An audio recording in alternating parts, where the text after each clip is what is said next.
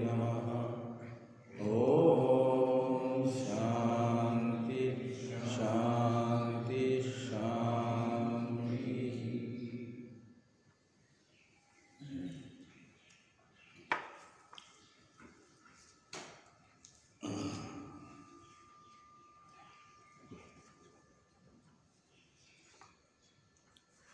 भगवान भाष्यकार के द्वारा विरचित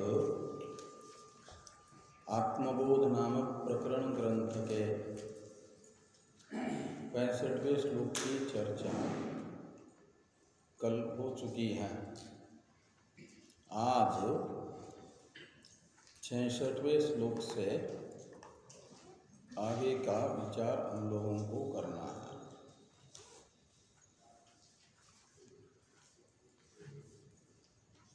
ये बताया गया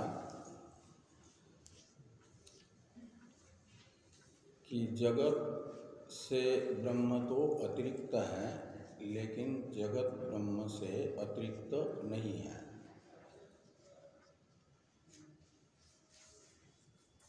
अतिरिक्त कहा जाता है अन्य सत्ता अनपेक्ष सत्ता वाले पदार्थ। तो जगत की सत्ता की अपेक्षा किए बिना ब्रह्म स्वतः सत्ता वाला है, इसलिए जगत से अतिरिक्त है। और ये जो है आपका जगत ब्रह्म की सत्ता सापेक्ष सत्ता वाला होने से उसे ब्रह्म से अतिरिक्त नहीं है, ये कहा जाएगा।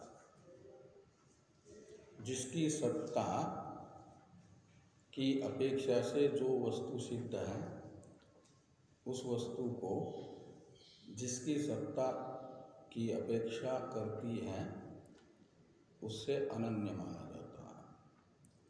तो जगत ब्रह्म की सत्ता की अपेक्षा से ही सत्तावान होने से माना जाएगा जगत ब्रह्म से अतिरिक्त नहीं है। लेकिन ब्रह्म को ब्रह्मत्वेन रूपेण प्रकाशित होने के लिए जगत की कोई अपेक्षा नहीं है, इसलिए जगत से अतिरिक्त है ब्रह्म। और जगत का अधिष्ठान है, जगत उसमें अध्यारोपित है। अध्यारोपित जगत की प्रत्येक वस्तु के बाह्याभ्यंतर ब्रह्म सच्चिदानंद रूप से अवस्थित होने से माना जाएगा कि यह सारा जगत सच्चिदानंद स्वरूप अद्वय ब्रह्म ही है।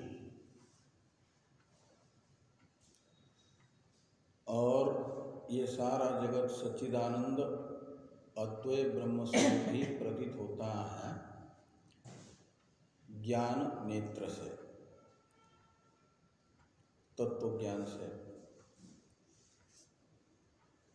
लेकिन तत्व ज्ञान रूपी जो नेत्र है, इससे जगत सच्चिदानंद स्वरूप प्रतीत होगा। ये पूरा वाक्यार्थ यदि पूर्व पक्षी 64वें श्लोक के उत्तरार्ध में बताया हुआ ग्रहण करते शंका करने वाले, तो शंका ही उपस्थित न होती। लेकिन ज्ञान नेत्र को तो भूल गए और शंका की कि यदि जगत का पारमार्थिक स्वरूप सच्चिदानंद अद्वय ब्रह्म ही है, तो वह सबको क्यों गृहीत नहीं हो रहा है, अनुभव में नहीं आ रहा है। ये आशंका चतुर्थ 64वें श्लोक के उत्तरार्ध का पूरा अर्थ ग्रहण न होने के कारण हुई। कुछ अर्थ ग्रहण हुआ, कुछ अर्थ छूट गया, अर्थ ज्ञान। तो इसका उत्तर देते हुए भगवान भाष्यकार ने कहा कि दो प्रकार के प्राणी हैं। चार नेत्र हैं प्रत्येक को, और उन चार नेत्रों में से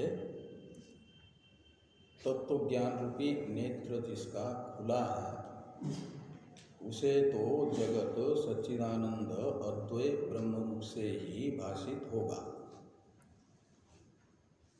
और जिसे तत्व विषयक अज्ञान है उसे कहा गया अज्ञान नेत्र। उस अज्ञान नेत्र को जगत नाम रूप से ही प्रतीत होगा, न कि सच्चिदानंद रूप से। ये 65वें श्लोक में बताया गया है।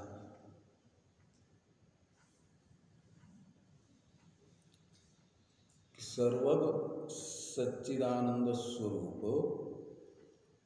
जगत है, ऐसा ज्ञान चक्षु जो मनुष्य है वो देखता है। ज्ञान चक्षु मनुष्य का मतलब हुआ आत्मज्ञ,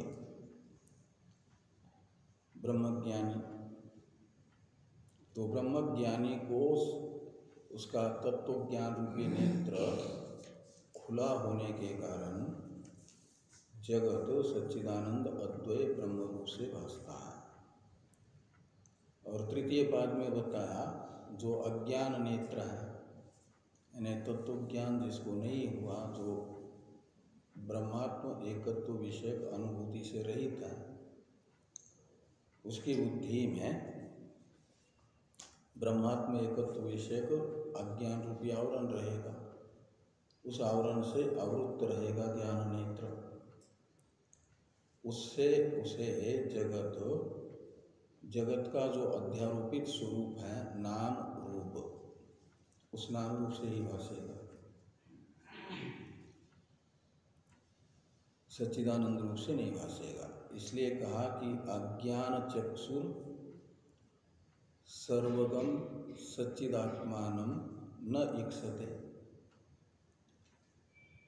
पूर्वार्ध से सर्वगम और सच्चिदात्मानं इन दो पदों की अनुवृत्ति लानी है तृतीय पाद में भी। तो पूर्वार्ध का जो एक वाक्य बना उसमें और उत्तरार्ध का जो एक वाक्य बना तृतीय पाद का, उसमें अंतर केवल इतना है कि वहाँ ईक्षते का कर्ता है ज्ञान चक्षु, यहाँ न ईक्षते का कर्ता है अज्ञान चक्षु।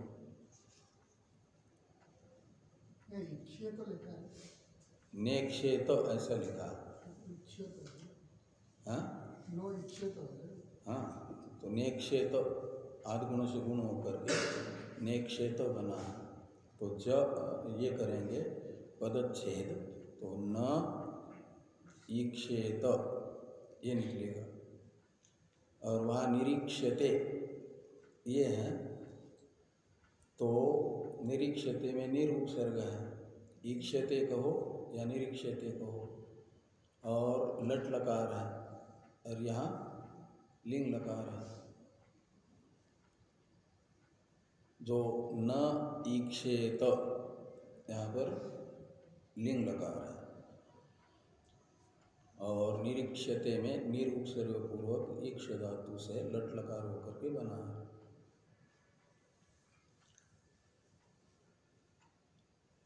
तो इसे उदाहरण से बताने के लिए अज्ञान चक्षु को जगत उसके तत्व रूप से न भाषित होकर के अध्यारोपित रूप से ही भासता है। इसे दिखाने के उदाहरण से समझाने के लिए उदाहरण बताया। जैसे अंधा व्यक्ति सूर्योदय होने के बाद भी सूर्य प्रकाशित हो रहा है तब भी सूर्य को नहीं देख सकता, क्योंकि उसको सूर्य का ज्ञान कराने वाला जो भौतिक नेत्र है वह है नहीं, आवृत्त है, सदोष है।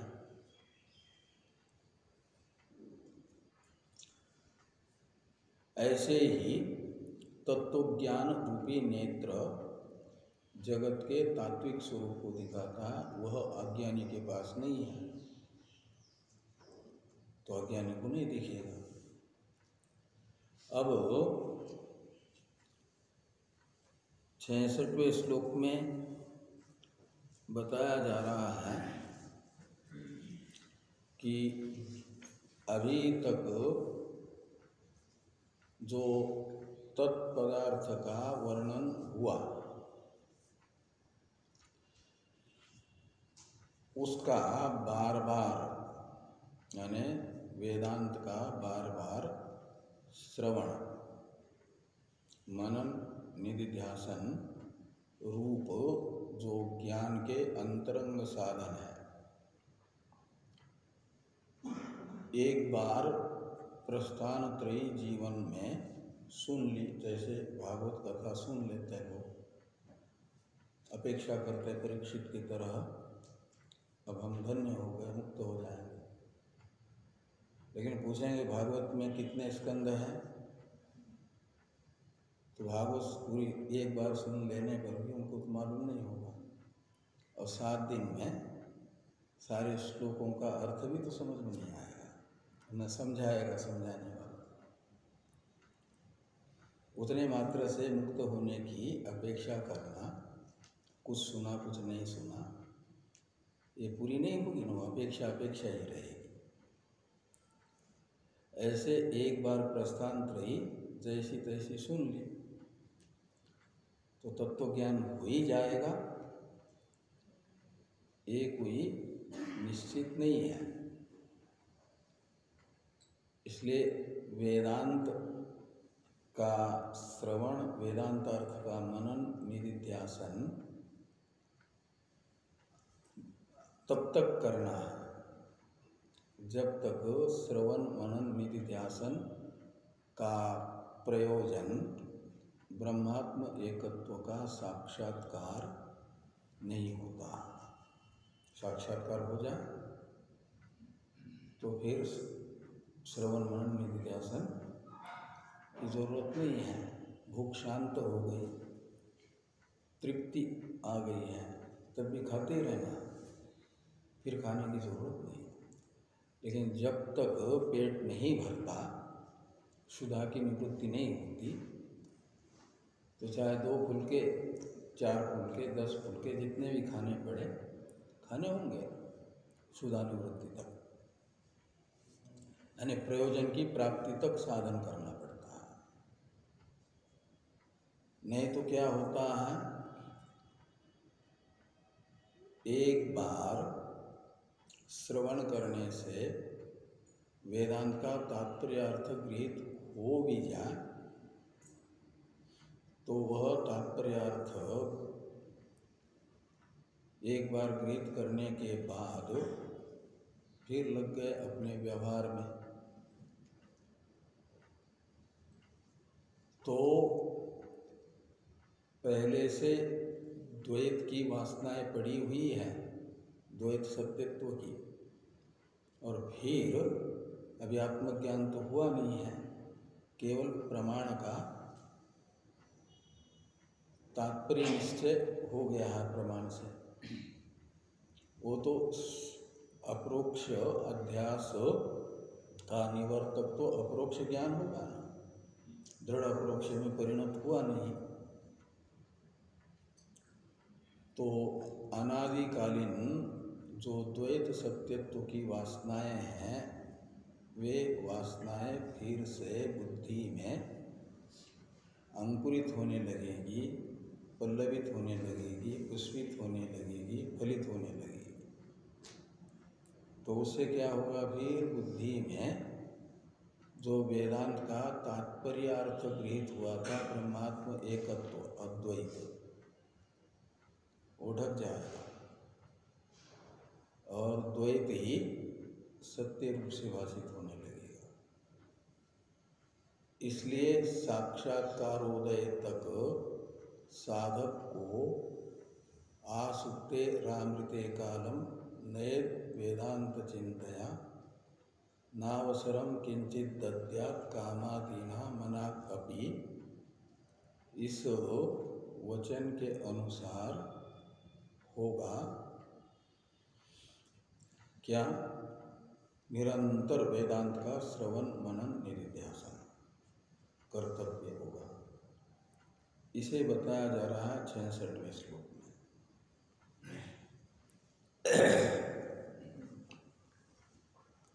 श्रवणादिभिरुद्दीप्तो ज्ञानाग्नि परितापितः जीवः सर्वमलान्मुक्त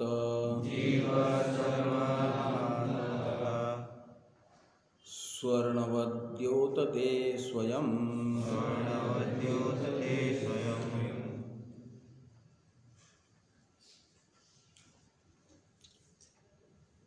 तो श्रवणादि भी ही उद्दीप्तो, ये विशेषण है ज्ञानाग्नि परितापित जीव का, समझ लो। और जीव का एक मुख्य विशेषण है सर्वमलान मुक्त, और पूर्वार्ध में 2 विशेषण है। ऐसे 3 विशेषणों से युक्त जो जीव है वह स्वयं द्योतते, तो जीव स्वयं द्योतते, ऐसा एक वाक्य होगा। तो जीव सच्चिदानंद रूप से स्वयं भाषित होता है, यानी स्वयं प्रकाश हो, सच्चिदानंद रूप ही है ना। लेकिन ये कब होता है, मैं के रूप में जीव सच्चिदानंद का ही निरंतर स्फुरन रूप से अवभाषित कब होगा, तो कहते हैं 3 विशेषणों के द्वारा बताया गया जो जीव का निर्विशेष स्वरूप है वह अच्छी तरह से उसके अनुभव में आएगा तब। तो पहला विशेषण है ये जो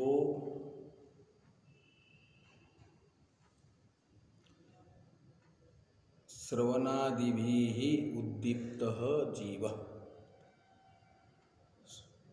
दृष्टांत में जो स्वर्ण है उस स्वर्ण स्थानीय है जीव।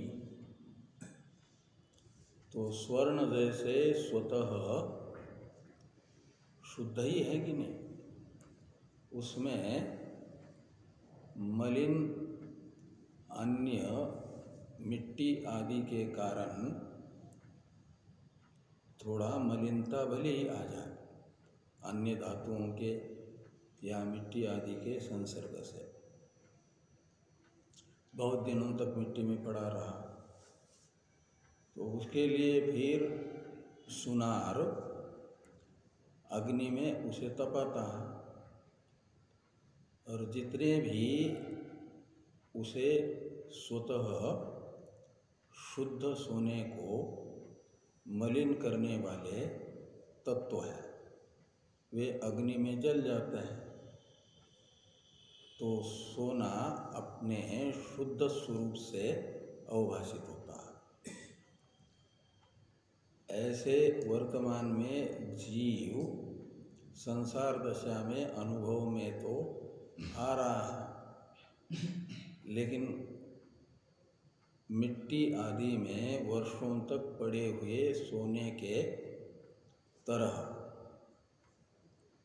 अपने शुद्ध स्वरूप से अनुभव में न आकर के मलिन सा प्रतीत होगा, मलिन प्रतीत हो रहा है, विकारी प्रतीत हो रहा है, राग द्वेषवान प्रतीत हो रहा है। ये सब अन्य के संपर्क से शुद्ध सोने में होने वाले जैसे दोष है, ऐसे स्वतः शुद्ध सच्चिदानंद स्वरूप जीव में ये उपाधि के संपर्क से होने वाले दोष हैं। इन दोषों से युक्त प्रतीत होता है व्यावहारिक दशा में। सोने को अन्य के संसर्ग से सदोष हुए सोने को जैसे अन्य के दोष को जलाने के लिए अग्नि में तपाना पड़ा, ऐसे जीव को भी तपाना पड़ता है। और काष्ठ में अग्नि है कि नहीं? जो काष्ठ के गोदाम में रखा हुआ काष्ठ है उसमें अग्नि है, लेकिन वो अग्नि दो प्रकार का, एक सामान्य अग्नि, एक उद्दीप्त अग्नि, प्रदीप्त अग्नि, प्रगट अग्नि। तो सोने को लकड़ी पर रखने मात्र से ही या बिना लाल किए हुए कोयले पर रखने मात्र से ही सोना शुद्ध होगा क्या? जलते हुए प्रदीप्त अग्नि में डालना होगा, तब दोष जलेंगे। ऐसे कहते हैं सोने को क्या नाम, सोना प्रदीप्त हुआ, ऐसे आपके जीव को भी प्रदीप्त होना पड़ेगा, यानी अन्य दोषों से रहित होना पड़ेगा। वो किससे होगा? तो तत्त्वमसि वाक्यांतर्गत तत्पदार्थ शोधन, त्वम पदार्थ शोधन करना होगा। वो तत्पदार्थ शोधन, त्वम पदार्थ शोधन रूप अग्नि है, और उस अग्नि से प्रदीप्त हो जाता है, शुद्ध हो जाता है कौन? ये जीव। तत्पदार्थ शोधन कर दिया तो उपाधि के कारण सर्वज्ञता तथा सर्वशक्तिमत्ता जो तत्पदार्थ में प्रतीत हो रही थी, वह तत्पदार्थगत दोष है। और उपाधि निमित्तक जितने भी गुण हैं, धर्म है, वो सब दोष कोटि में आएंगे, वो निवृत्त हो जाएंगे। त्वम पदार्थ में जो अल्पज्ञत्व, अल्पशक्तिमत्व प्रतीत हो रहा है, ये नहीं कि अल्पज्ञत्व, अल्पशक्तिमत्व तो दोष है, और सर्वज्ञत्व, सर्वशक्तिमत्व व्यवहार में हमें अनुकूल लगता है इसलिए गुण मानते हैं, लेकिन वो भी दोष ही है। स्वयं का जो स्वरूप है वही शुद्ध है। तो उपाधि से अलग विचार से तत्पदार्थ को, त्वम पदार्थ को समझना, समझ ये ज्ञान है, ये ज्ञान रूप अग्नि है। और इससे जो साक्षी तथा निर्विशेष चेतन तत्पदार्थ, इन दोनों में जिन उपाधियों के कारण भासता था वैलक्षण्य भेद, उन उपाधियों से तो अलग कर दिया। तो देखना होगा कहीं एक वस्तु स्वरूपतः भिन्न होती है एक दूसरे से, तो ये जो त्वम पदार्थ की उपाधि तत्पदार्थ की उपाधि से अलग समझे हुए चेतन में स्वतः भेद तो नहीं है। तो स्वरूपतः भेदक कोई न कोई विशेषता होनी चाहिए ना, स्वतः कोई भेदक विशेषता उनमें है नहीं। वो भी चैतन्य, ये भी चैतन्य। इसलिए स्वरूपतः एकत्व है दोनों में। ये वाक्यार्थ होगा दोनों का। शोधित तत्पदार्थ शोधित त्वम पदार्थ का परस्पर ऐक्य वाक्यार्थ कहा जाता है। वाक्य में प्रयुक्त पदार्थों का अन्वय वाक्यार्थ कहलाता है ना। और यहाँ शोधित तदर्थ और शोधित त्वमर्थ का परस्पर अन्वय क्या होगा?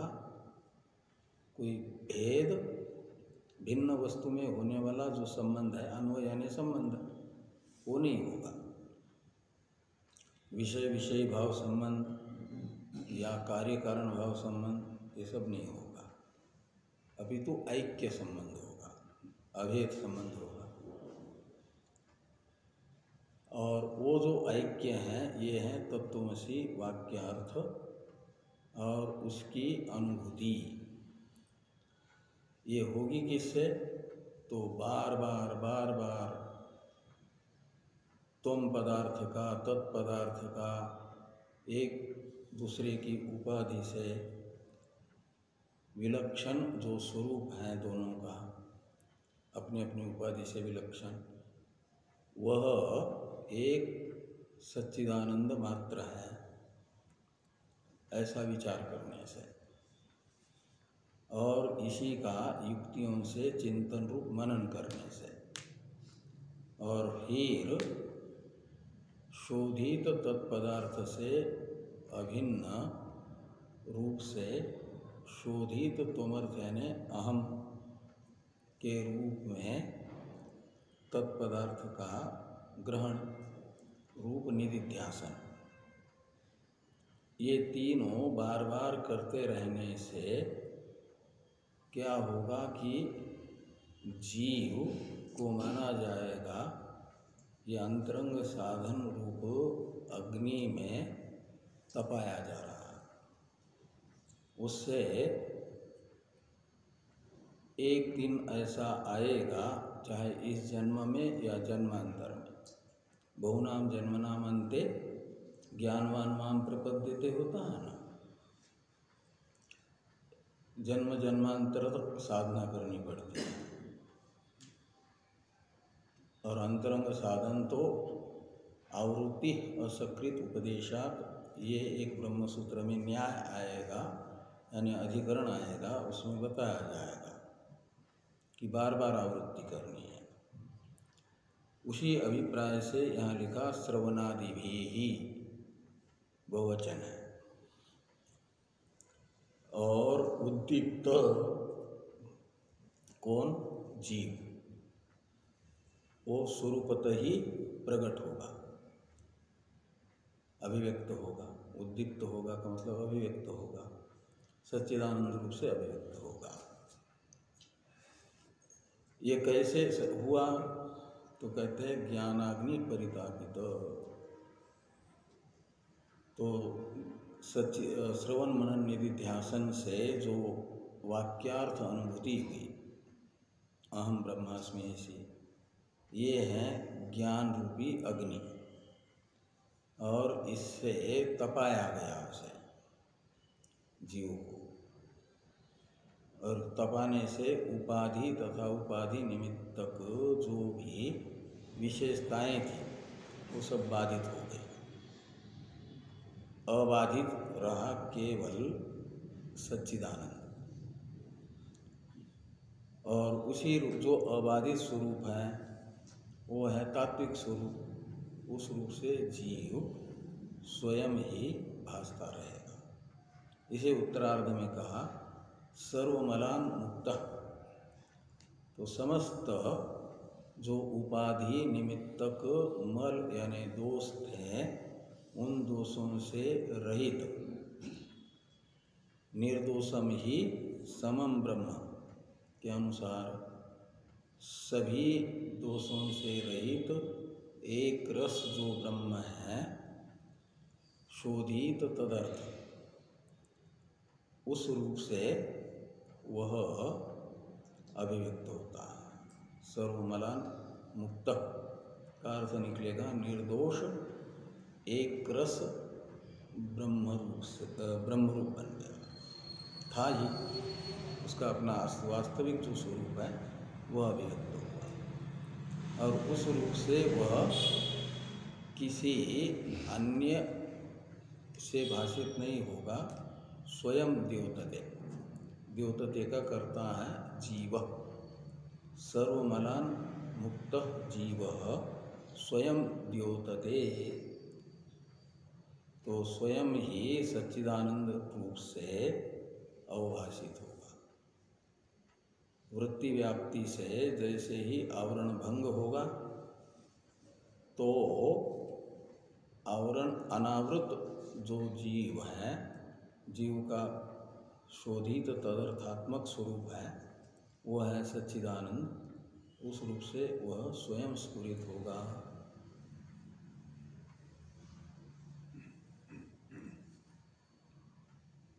अब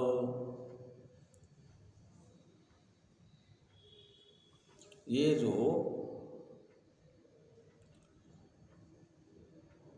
तत्वमसि वाक्यार्थ रूप से अभिव्यक्त हुआ आत्मस्वरूप है, वह क्षेत्रज्ञ होने से सारे क्षेत्र का अवभाषक है। क्षेत्रज्ञ कहते हैं क्षेत्रम जानाति इति क्षेत्रज्ञ, ऐसी उत्पत्ति करते हैं क्षेत्रज्ञ शब्द की। तो क्षेत्र को जो जानता है उसे कहा जाएगा क्षेत्रज्ञ, क्षेत्र को जानने वाला। और जानने वाला अलग होता है जानने में आने वाली वस्तु से। तो क्षेत्र है अनात्मा मात्र, उपाधि मात्र। तत्पदार्थ की उपाधि भी क्षेत्र है, त्वम पदार्थ की उपाधि भी क्षेत्र है। और उसे जानने वाला उससे अलग है। वो कितने हैं? क्षेत्र तो अनेक है उपाधियाँ, और क्षेत्रज्ञ एक है। वो जो एक क्षेत्रज्ञ है वही समस्त अनात्म जात को अवभाषित कर रहा है। तस्य भाषा सर्वमिदं विभाति, पहले बताया था। और उसे कौन भाषित करता है? तो वो तो भांत है, तमेव भांतम है। तो भांत का मतलब स्वयं प्रकाश है। इसे और ये इस रूप से कौन भाषेगा? मैं, अहम, शुद्ध अहम अर्थ, समस्त अनात्म जात का अवभाषक है और स्वयं प्रकाश है।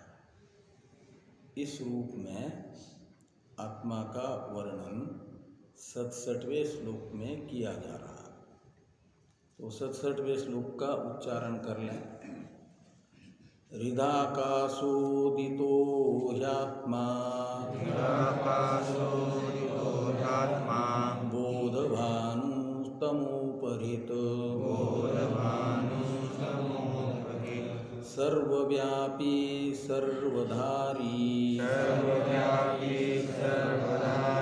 भाति भासयतेऽखिलम्।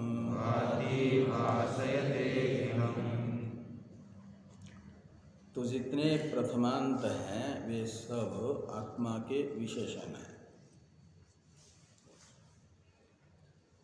आत्मा विशेष्य का वाचक शब्द है। तो प्रथमांत कौन है? हृदाकाशोदितः,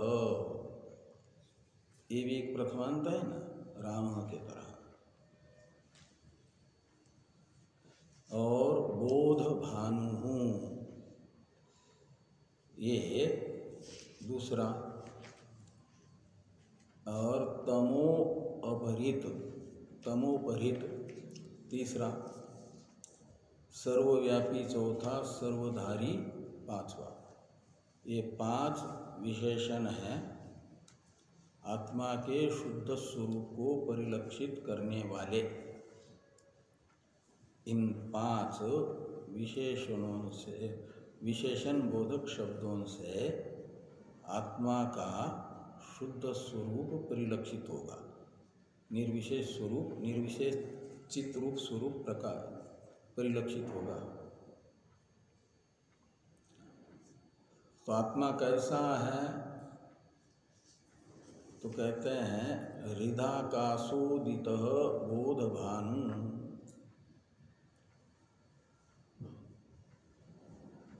तो हृदय रूपी आकाश में, हृदय और आकाश इन दो पदों का हुआ कर्मधारय समास। नीलंच तत् उत्पलंच इति नीलोत्पलम, ये कर्मधारय समास है। ऐसे हृदय रूप जो आकाश, तो हृदय शब्द के स्थान पर हृत आदेश होता है, तो हृदाकाश बना। तो हृदय रूपी आकाश में, हृदय आकाश में, अर्ध आकाश में, यह अर्थ निकलेगा। उदित का मतलब प्रकट हुआ। वो कौन? तो बोध भानु। बोध है ज्ञान, और वो बोध रूपी जो भानु है, भानु यानी सूर्य। जैसे सूर्य का आकाश में उदय होने पर भौतिक आकाश में, अंतरिक्ष में उदित हुआ सूर्य अपने अवभाष्य मात्र का अवभाषक होता है, स्वयं भी अवभाषित होता है, स्वयं प्रकाश है, अपने से ही प्रकाशित होता है, सबको प्रकाशित करता है, अपने प्रकाश्य को। ऐसे हृदय रूपी आकाश में उदित हुआ जो बोध भानु, इसमें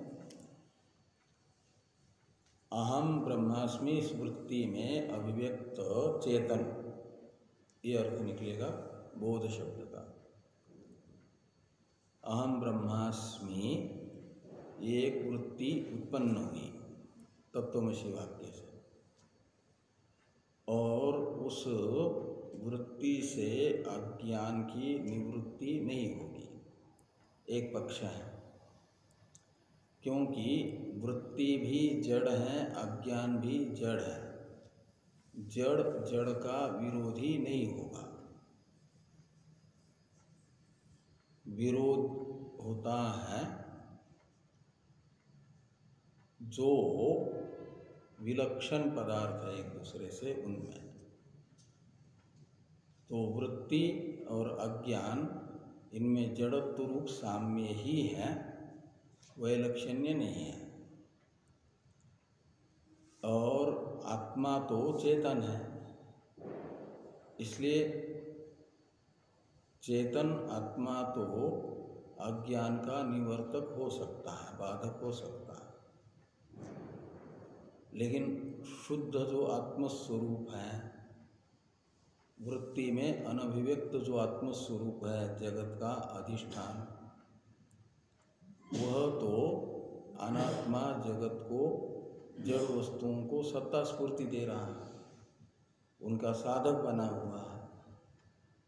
तो सामान्य चैतन्य का भी कोई विरोध नहीं है जड़ के साथ, अज्ञान के साथ, अधिष्ठान चैतन्य का। तो फिर विरोधी कौन होगा?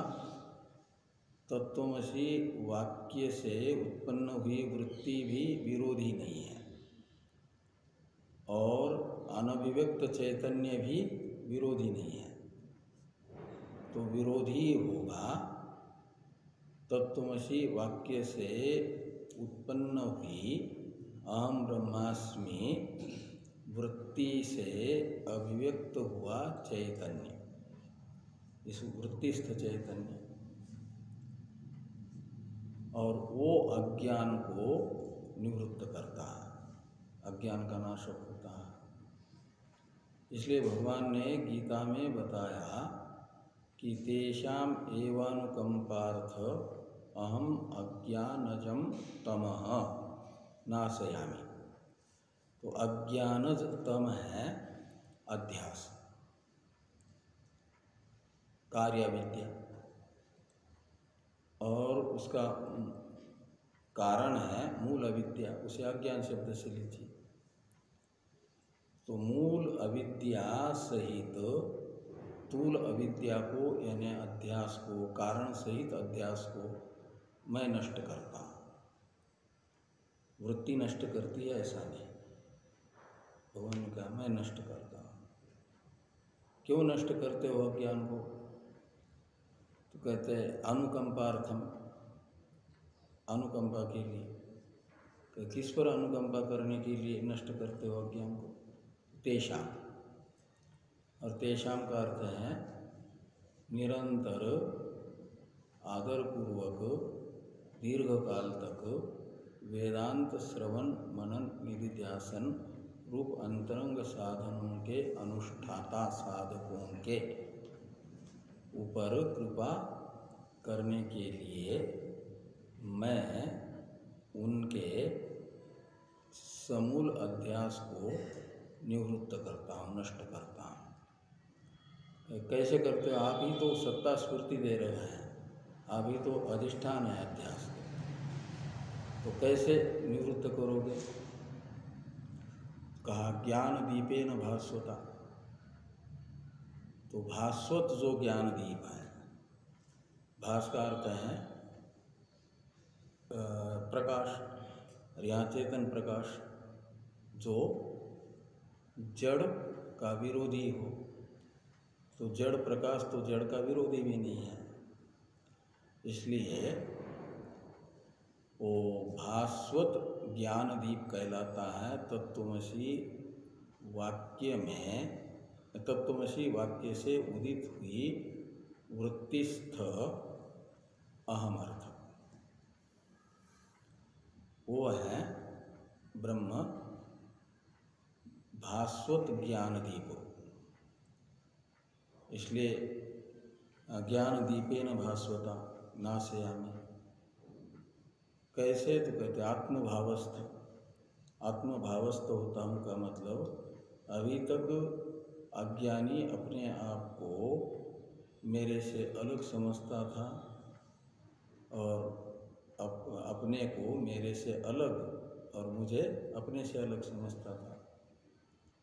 तो आत्मा तो कहते हैं स्वस्वरूप को।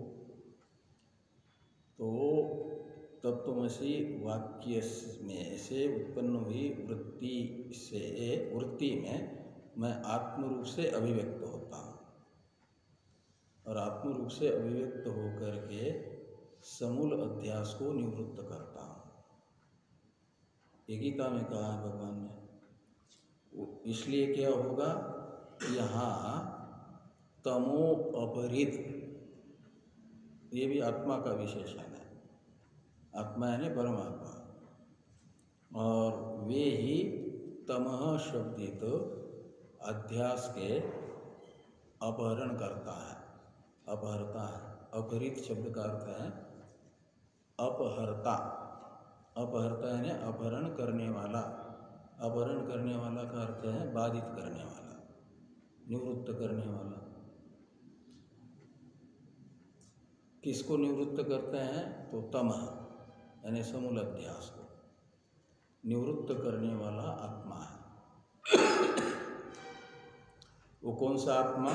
बोध भानु शब्द से परिलक्षित अहम ब्रह्मास्मि वृत्ति में अभिव्यक्त चेतन, वो आवरण का निवर्तक है। वो कैसा है?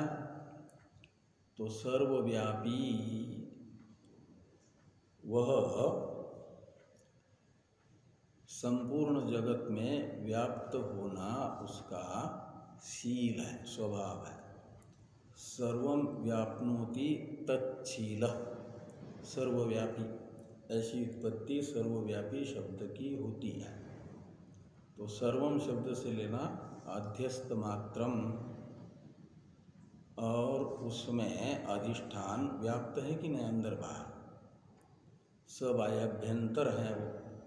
दिव्यो ह्यमूर्त पुरुषः सबाह्याभ्यंतरो अजः, तो सबाह्याभ्यंतर है का मतलब सर्वत्र व्याप्त है,